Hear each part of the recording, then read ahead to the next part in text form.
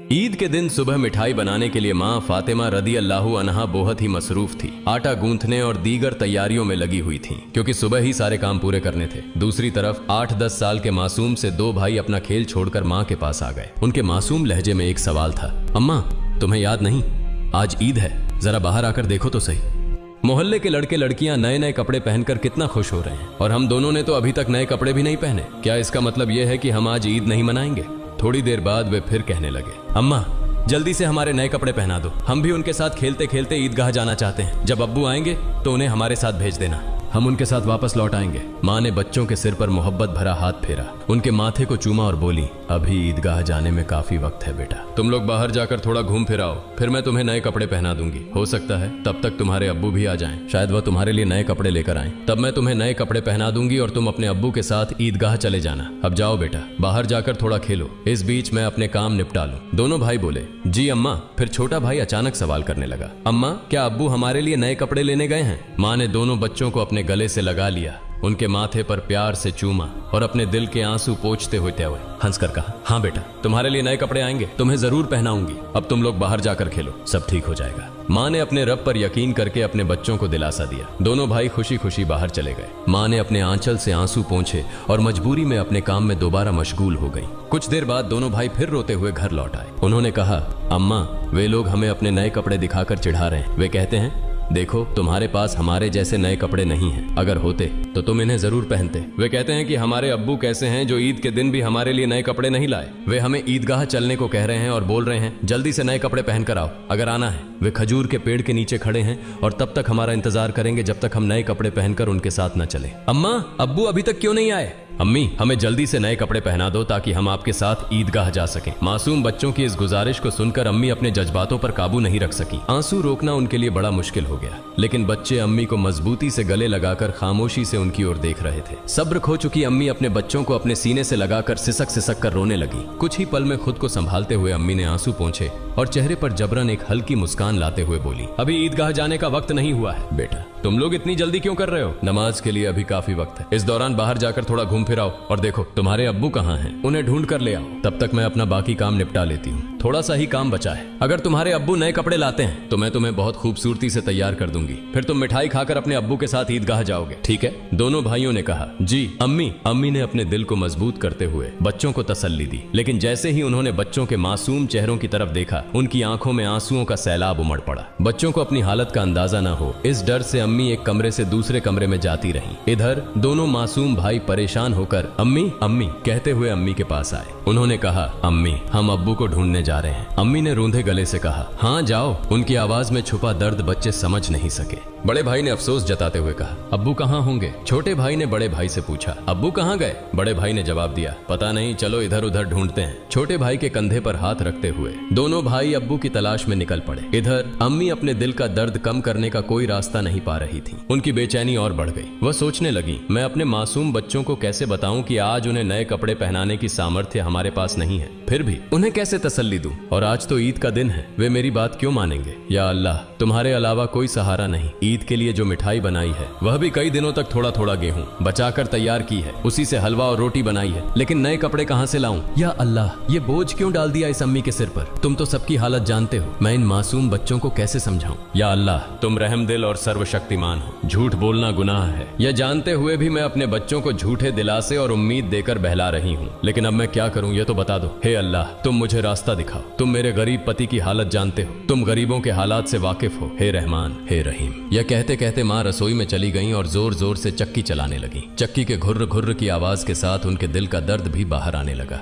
आंसू पोंछते हुए भले ही मिठाई बनाने का काम तेजी से चल रहा था, लेकिन जैसे ही यह काम पूरा होने को आया, एक और मुश्किल सामने खड़ी हो गई। तभी अम्मा अम्मा कहते हुए दो मासूम बच्चे हांफते हांफते माँ के पास आकर खड़े हो गए। माँ ने कहा, बोलो बेटा क्या बात है? माँ ने अपनी इच्छाओं और आराम को हमेशा पति की गरीबी को देखकर दबा कर रखा था। वह थोड़े में ही खुश रहती थी, लेकिन आज मासूम बच्चों की की छोटी सी ख्वाहिश ने उनके धैर्य को तोड़ दिया। उन्होंने खुद को संभालते हुए बच्चों को गोद में उठा लिया, मुस्कुराने की कोशिश की, उनके माथे पर चुंबन किया और कहा, बोलो बेटा क्या कहना है। दोनों बच्चों ने हाथों से अपनी आंखें मसलना शुरू कर दिया। यह देखकर छोटे भाई ने भी बड़े भाई की नकल कर ली। माँ ने कहा, देखो बेटा, तुम्हारे अब्बा सही समय पर आ जाएंगे। मैं देखो यहाँ तुम्हारे लिए मिठाई बना रही हूँ, तुम मिठाई खाकर ईदगाह जाना, थोड़ा सब्र करो, बस थोड़ी ही देर और। उन्होंने बच्चों को सीने से लगा लिया, उन्हें प्यार से समझाया और कहा, थोड़ा इंतजार करो बेटा, मिठाई अभी तैयार हो जाएगी। छोटे भाई ने आंखें मसलते हुए अचानक पूछा, लेकिन हमारे नए कपड़े अम्मा। यह सुनते ही माँ चौंक गई, जल्दी से बोली, अरे बेटा ऐसा करते हैं, तुम लोग जाकर पहले नहाओ, अभी तक नहाए भी नहीं हो। दोनों भाइयों ने एक साथ कहा, नहीं अम्मा अभी तक नहीं नहाए। माँ के लिए मासूम बच्चों से छल करना बहुत दर्दनाक था। उनका दिल अंदर ही अंदर जल रहा था, लेकिन उन्होंने हंसते हुए कहा, बेटा बिना नहाए क्या कोई ईदगाह जाता है, जाओ जल्दी से नहाओ, फिर सब तैयार हो जाएगा। दोनों भाइयों ने कहा, ठीक है अम्मा, हम अभी जाकर नहा लेते हैं, आप सब कुछ तैयार रखना, हम जल्दी से आ जाते हैं। दोनों खुशी खुशी नाचते हुए बाहर निकल गए। माँ ने दुआ की, जाओ बेटा, अल्लाह हाफिज।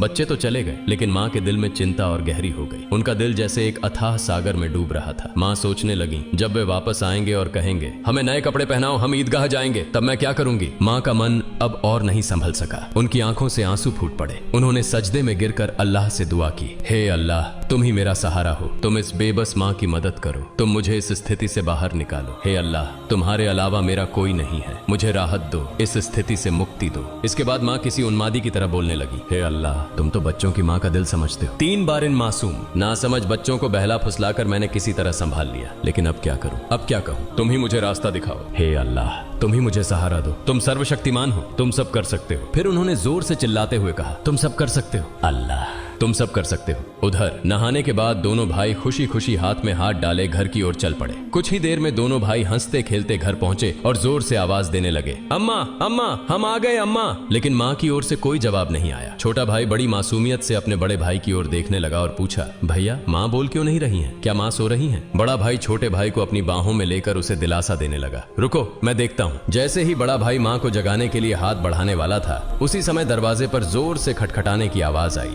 बड़े भाई ने डरते हुए पूछा, कौन है बाहर? बाहर से कोई जवाब नहीं आया। दोनों भाई चकित होकर एक दूसरे की ओर देखने लगे। छोटा भाई डर के मारे बड़े भाई से चिपक गया। तभी फिर से दरवाजे पर जोर से खटखटाने की आवाज हुई। डर और घबराहट से दोनों भाई चिल्ला पड़े, अम्मा अम्मा बाहर कौन है? लेकिन माँ की ओर से कोई आवाज नहीं आई। फिर दरवाजे पर खटखटाने की आवाज के साथ कुछ भारी खड़खड़ाने की आवाज सुनाई दी। दोनों भाई डर गए। उन्हें पता था कि अगर कोई रिश्तेदार, परिवार का सदस्य या पड़ोसी घर पर आता है तो वह हमेशा सलाम करता है, लेकिन ये सब कुछ उल्टा हो रहा था। बड़े भाई ने छोटे भाई को और कसकर गले लगाते हुए कहा, मुझे समझ नहीं आ रहा ये क्या हो रहा है, माँ भी कुछ बोल नहीं रही हैं। डरते डरते दोनों भाई दरवाजे के पास गए। जैसे ही वे वहां पहुंचे, बाहर से फिर से खटखटाने की आवाज आई। दोनों भाई थोड़ा पीछे हटे और जोर से चिल्लाकर पूछा, कौन है दरवाजे पर? बाहर से आवाज आई, मैं दर्जी हूँ, दरवाजा खोलो। दोनों भाई हैरान रह गए। उन्होंने पूछा, दर्जी आप यहाँ क्यों? बाहर से आवाज आई, हाँ मैं दर्जी हूँ, दरवाजा खोलो, मैं तुम्हारे लिए नए कपड़े लेकर आया हूँ, इन्हें ले लो। जैसे ही यह बात सुनी, दोनों भाइयों ने जल्दी से दरवाजे की कुंडी खोली। सामने एक व्यक्ति नए कपड़ों के गट्ठर के साथ खड़ा था। दोनों भाई एक पल के लिए हैरान रह गए। दर्जी ने कपड़े उनकी ओर बढ़ाए। बड़े भाई ने झटपट सारे कपड़े अपने हाथों में ले लिए और छोटे भाई का हाथ पकड़कर तेजी से दौड़ते हुए माँ के पास पहुंचा। उस समय माँ अब भी संभल नहीं पाई थी, वह गुपचुप आंसू बहा रही थी। दोनों भाई बोले, अम्मा अम्मा देखो, दर्जी हमारे लिए कितने सुंदर सुंदर नए कपड़े लेकर आया है, जल्दी से हमें कपड़े पहनाओ, हम ईदगाह जाएंगे। बड़े भाई की बात सुनते ही छोटा भाई भी चहकते हुए बोला, हाँ अम्मा जल्दी करो, अगर देर हो गई तो हमें नमाज का समय नहीं मिलेगा। माँ यह सुनकर हैरान रह गई। कुछ पल के लिए बच्चों की ओर देखा और उन्हें गले लगाकर फूट फूट कर रोने लगी। इसके तुरंत बाद उन्होंने बच्चों को छोड़ दिया और सीधे सजदे में गिर गई। उन्होंने कहा, है अल्लाह, तुम्हारी महानता को कौन समझ सकता है। उन्हें तुरंत समझ में आ गया कि जो व्यक्ति नए कपड़े लेकर दर्जी बनकर आया था वह वास्तव में दर्जी नहीं था, निश्चित ही वह अल्लाह के भेजे हुए फरिश्तों में से एक था। माँ सजदे से उठी और जल्दी से बच्चों से बोली, जाओ बेटा जाओ, उसे मेरा सलाम कह देना और कहना कि वह आज हमारे घर से विदा हो जाए। लेकिन बच्चों को यह बात याद ही नहीं रही। दोनों भाई नए कपड़े पाकर इतने खुश थे कि उनकी खुशी का ठिकाना नहीं रहा। माँ ने बच्चों को देख उनके सिर और पीठ पर हाथ फेरकर उन्हें गोद में लेकर प्यार किया और माथे पर चूमा। फिर हल्के से डांटते हुए कहा, बेटा क्या तुम अभी तक नहीं गए? दर्जी साहब को क्या लगेगा। वे सोचेंगे कि इस घर के लोग कितने बदतमीज हैं। मेहमान बाहर दरवाजे पर खड़ा है और तुम यहाँ मस्ती कर रहे हो। तुमने उसे भूल ही गए। यह तो बहुत बड़ा गलत व्यवहार है। तुरंत जाओ, उसे मेरा सलाम पहुंचाओ और कहना कि वह आज हमारे मेहमान बने। जाओ बेटा, उन्हें बैठक में आराम से बैठने के लिए कहो। बिना देरी किए दोनों भाई दरवाजे की ओर भागे, लेकिन तब तक दर्जी घोड़े पर सवार होकर घर से बहुत दूर निकल चुका था। दोनों भाई जोर से चिल्लाने लगे, दर्जी साहब, ओ दर्जी साहब, अम्मा ने आपको सलाम कहा है, जल्दी वापस आइए। आज आप हमारे घर दावत पर आइए, हम बैठक का दरवाजा खोल रहे हैं। लेकिन दूर से हवा के साथ जवाब आया, अपनी अम्मा और अब्बा को मेरा सलाम देना, किसी और समय मिलने आऊंगा, अस्सलामु अलैकुम। दोनों भाई दौड़ते हुए माँ के पास आए और सब कुछ बता दिया। बोले, दर्जी साहब ने तुम्हें और अब्बा को सलाम कहा है, वह घोड़े पर सवार होकर उस तरफ जा रहे हैं, जल्दी आओ। माँ, उन्हें देखोगी ना? जल्दी करो और खिड़की से देख लो। जल्दी आओ। माँ, अगर देर करोगी तो उन्हें फिर नहीं देख पाओगी। दर्जी साहब कितने खूबसूरत लगते हैं, आओ ना। माँ ने बच्चों की बात सुनकर खिड़की के पास आकर खड़ी हुई और बाहर की ओर देखा। उन्होंने देखा एक तेजस्वी पुरुष नजर आया।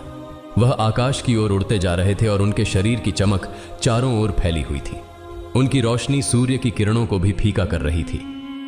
मां तन्मय होकर यह सब देख रही थी। अचानक वह पुरुष घोड़े सहित कहीं अदृश्य हो गए। उन्हें अब और नहीं देखा जा सकता था। इतने में दोनों भाई जोर से चिल्लाकर बोले, अम्मा, अम्मा देखो, वो रहे अब्बा, दूर से आ रहे हैं। वह मां ने बच्चों को लेकर अंदर कमरे में ले गईं और उनके शरीर पर नए कपड़े पहनाने लगी। उसकी आंखों से खुशी के आंसू बह रहे थे। दोनों भाइयों ने हैरानी से पूछा, अम्मा, अम्मा, तुम क्यों रो रही हो? मां ने कहा, बेटा मैं क्यों रो रही हूँ, यह तुम अभी नहीं समझोगे। तुम्हारी उम्र अभी इतनी नहीं हुई है, लेकिन आज से यह बात याद रखना, एक पल के लिए भी अल्लाह ताला को भूलना मत। अल्लाह को हमेशा याद रखना। जो हमेशा अल्लाह को याद रखता है वह कभी भी मुसीबत में नहीं पड़ेगा। अगर तुम इस छोटी सी बात को हमेशा अपने दिल में बसा लोगे और जिंदगी भर अल्लाह को नहीं भूलोगे तो देखोगे कि अल्लाह हमेशा तुम्हारी मदद करेगा। वायदे वह कभी तुम्हें कठिनाइयों में नहीं डालेगा। माँ अपने बच्चों को यही नसीहत दे रही थी और साथ ही उन्हें नए कपड़े पहना रही थी। जब बच्चों को सजाने का काम पूरा हो गया तो मां ने सुरमे का डिब्बा लाकर छोटे बेटे की आंखों में सुरमा लगाया। बड़े बेटे की आंखों में सुरमा लगाते ही दरवाजे के बाहर से आवाज आई, अस्सलामु अलैकुम या फातिमा तुज जहरा। अंदर से हजरत फातिमा रजी अल्लाह ताला अन्हा ने जवाब दिया, वालेकुम अस्सलाम या अली करीमुल्लाह। छोटा बेटा दौड़कर बाहर गया और चिल्लाने लगा, अब्बा आ गए, अब्बा आ गए। बड़ा बेटा बाहर जाने ही वाला था, लेकिन मां ने उसे रोक लिया क्योंकि उसकी आंखों में सुरमा लगाना बाकी था। मां थोड़ी गुस्से में बोली, बैठो बैठो, पहले सुरमा लग जाने दो। इस बीच छोटा भाई अपने अब्बा का हाथ पकड़कर अंदर ले आया। तब तक बड़े भाई की आंखों में सुरमा लगाया जा चुका था। दोनों बेटों को देखकर अब्बा हैरान हो गए और बोले, यह क्या, इतने सुंदर कपड़े, ये कहां से आए? फिर दोनों भाइयों ने अपनी माँ और अब्बा को गले लगाकर खुशी जताई। हजरत फातिमा रजी अल्लाह ताला अन्हा ने बच्चों की आवाज शांत कराते हुए हजरत अली रजी अल्लाह ताला अन्हु को सारी घटना सुनाई। हजरत अली रजी अल्लाह ताला अन्हु जैसे ही यह बात सुनी सजदे में गिर गए और बोले, हे अल्लाह, तुम्हारे लिए कुछ भी असंभव नहीं है। तुम महान हो, असीम हो, तुम दयालु और सर्वशक्तिमान हो। सजदे से उठकर उन्होंने हजरत फातिमा रजी अल्लाह ताला अन्हा से कहा, जो दर्जी बनकर बच्चों के लिए कपड़े लाए, क्या तुम उन्हें पहचानती हो? क्या तुमने जान लिया कि वह कौन थे? हजरत फातिमा रजी अल्लाह ताला अन्हा ने कहा, नहीं, लेकिन इतना निश्चित है कि वह अल्लाह के किसी भेजे हुए फरिश्ते थे, इसमें कोई शक नहीं। हालांकि यह मेरी अपनी धारणा है। हजरत अली रजी अल्लाह ताला अन्हु ने कहा, हाँ, तुमने सही कहा, यह अल्लाह की महिमा है। वह हजरत जिब्राइल अलैहिस्सलाम थे। हजरत फातिमा रजी अल्लाह ताला अन्हा की जुबान से अचानक जोर से निकला, अल्लाहु अकबर। यह कहते हुए वह भी सजदे में गिर गईं। उन्हें देखकर हजरत हसन और हजरत हुसैन रजी अल्लाह ताला अन्हुमा भी अपनी माँ के पास गए और उनका हुबहू अनुसरण करते हुए सजदे में गिर गए। प्रिय दर्शकों, आशा है कि आपको यह वीडियो पसंद आया होगा। अगर अच्छा लगा हो तो इसे लाइक और शेयर करें ताकि अन्य मुस्लिम भाई बहन भी इसे जान सकें। और इस तरह की और वीडियो पाने के लिए हमारे चैनल को सब्सक्राइब करें। अस्सलामु अलैकुम।